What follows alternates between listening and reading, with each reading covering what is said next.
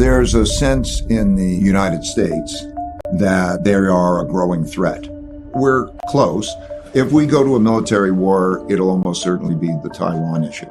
So that could be called containment. I think we want to contain China. Their concerns are mostly the domestic concerns. How do they deal with the demographics issue?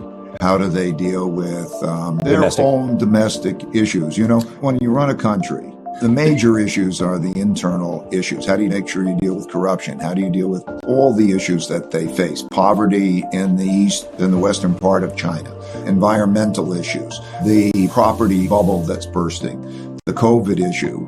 My assessment would be that they made a serious mistake in not taking the vaccines that we had to offer. There was a process in which they handled it fabulously in the beginning. And everybody was thinking, okay, they're on top of the world. But then they have no COVID in China, so they don't have immunity, and they didn't have a vaccine that was effective. And as a result, they got into the situation that they're in. China and the opposition is as strong as the United States and its allies. And so we have a conflict. And there are 5 kinds of wars, and they start in this order, just sequentially, typically. A trade war, a technology war, a geopolitical influence war. Then you get into a capital and economic warfare, which we are now with sanctions. They always happened in history. And then there's a military war. And so you could see that progression happen through time. And that creates a template. So I like to look at the template and then plot dots to see how we're transpiring relative to that template. China holds a lot of American debt. Yeah. Should we worry about that? I think they should worry about it. I don't believe that they'll sell the debt. And if they sold the debt, we would, again, like others, just print more money and it would depreciate in value. I think that they know, and have known for quite a long time, that the position that they have in that debt is something that they're going to have to stick with. The way it worked is they produced inexpensively. We all thought this was a good thing. I thought it was a good thing. And they earned money. And then they take a lot of that money that they earn and then they lend it to us. I remember when this started, the per capita income in the United States was 40 times the per capita income in China, and they're lending to us. So we borrow this money, and they buy our bonds, and I don't know who got the better or worse deal, but anyway, that's what happened. So look at it this way. It's a big thing. The population in China, the capitas, are more than 4 times that in the United States. Since I started going to China in 1984, per capita income has increased by 27 times. If it increased to half of what the United States is, that would mean its economy would be twice the size of the United States. So it's a big force. And simultaneously, given the risks in the world, they want to be self-sufficient. And similarly, the United States wants to be more self-sufficient. And other countries are wanting to be more self-sufficient because they're worried about being cut off. The main reason that China did not denominate its exports and trade in the currency and did not denominate its lending is that they didn't want to be a threat to the United States, because that's a threatening act. If the United States loses, now we were in a different era then, just to explain it. They became the largest trading country in the world. In other words, did more trade than any other. They could have operated in their currency. In terms of lending, international lending, they're the largest lenders, and they could have done that in their currency. They chose not to because they perceived that that would be a threat. They were not trying to disrupt the world order. But now we have a different set of circumstances worldwide. This leadership was the same, of the same mind. And I think is pretty much today, they don't want to disrupt the world order. But they want to be as great as they can be. They want to be as rich and powerful and so on. But they don't want to disrupt the world order. If you look at history and you understand international relations, which is very much like Confucianism, what you have is called a tribute system. And that means each country is in the place, they know their place. They know the hierarchy. Like in the old days, it's almost like other countries would be almost a vassal state. You would say, I know that you have the power, you pay respect, and you operate in a harmonious way.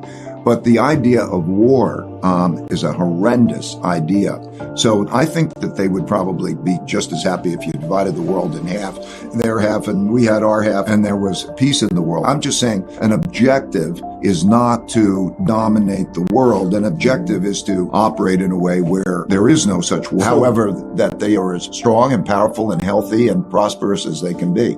I think it's very difficult for a lot of Americans who hold close to them the treasured, I live the American dream. I know equal opportunity. I know the ability to speak up. I know that those types of values, but it's difficult for other Americans to understand why they have a different point of view about what works better. A very good example of a cultural case. I think it was the NBA team. An individual spoke out on Hong Kong, and the Chinese not only punished that team, but they punished the NBA. And in our, like I would say, everyone should have the right to their opinions and to be able to have free expression. In their view, if somebody's doing something wrong, that they will punish the group. They'll punish the family because the group is supposed to be responsible for that. They don't understand it from the internal values way having to do with Confucianism, the history, why it's more autocratic, top-down, what they believe about democracy. The Chinese leadership is paranoid mostly about maintaining the power of the Communist Party. Well, they would view that as very similar to us saying the power of the Constitution, because that is the system, that's the order.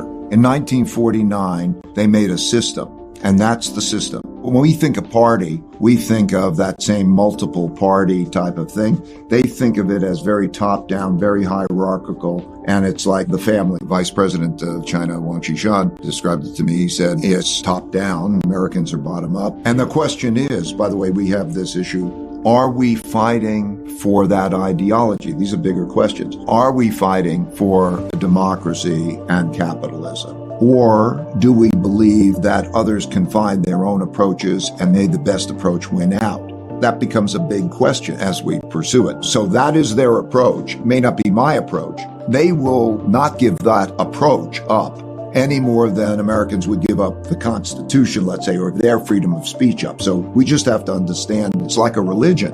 You know, as we have different religions all around the world, they're deeply held beliefs, and each believes in that they're going to get the right outcomes by pursuing them. And what do you do about that? There's also the question of human rights. And clearly, the Chinese have a different view than a lot of people around the world. How do you approach that? Well, there's me and there's every one of us. It's a cosmic question. Every one of us who buys products or all the businesses that are operating and interacting with China or operating in many countries, I could list a number of countries, the interconnectedness of the relationships with China. We import 22% of our manufactured goods comes from China. If you're buying your Apple or you're buying your sneakers, you're in a position that's somewhat similar to me in terms of thinking about what the issues are. What I do is I rely on the guidance of the government, both governments. I think in studying their dynasties, I studied the Tang dynasty, which is around 600, and I studied also other societies. It is the things that I've talked about before. It is in broad-based education. That Confucian system was the first meritocracy that came in to create broad-based education, and then they would have exams, and the people who would get the jobs would be the people who were the most capable, and they got away from corruption and those types of things. I wouldn't characterize some things as Chinese. I think that in the history of China, there have been good dynasties and there have been bad dynasties. But there's always the common ingredients of what makes a country successful. And they've been that way uniquely. If you do look at the history, I've studied the powers and the different strengths. China has, through history, up until around 1840, been always like number one or two in the country because of hard work, because of meritocracy, because of being highly civilized. In other words, they are working in the same direction and they operate well to be productive together. Those are the same elements, but it's not just Chinese.